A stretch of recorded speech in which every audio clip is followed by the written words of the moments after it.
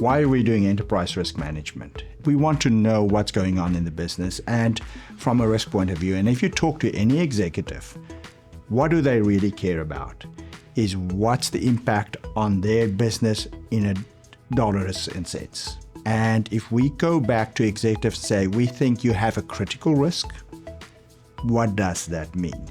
If we tell him you have a challenge of a potential loss of $500 million or $1 billion, it's a very different discussion. And then when you start looking at risk appetite and risk tolerance from an executive or from a board level and tie that back and say, our potential exposure is $500 million and our appetite is only $100 million, then you have something to talk about. The way Insights structure it, and I think it's a really brilliant way, is you answer basically 3 questions. And with 3 questions, I can ask those questions to an executive.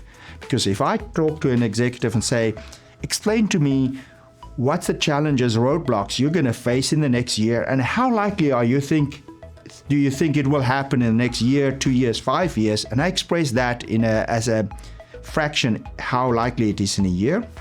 He can get that. Okay, so on average, we think it's this way, and there you are. We've got our 3 questions without spending weeks building that value out. And I think that is really the value that Insights bring. Enterprise risk management is the why of risk management. And now that we have a vehicle to manage that process, now I can communicate and say, this is why we're asking these questions, so that we actually can come back to these answers.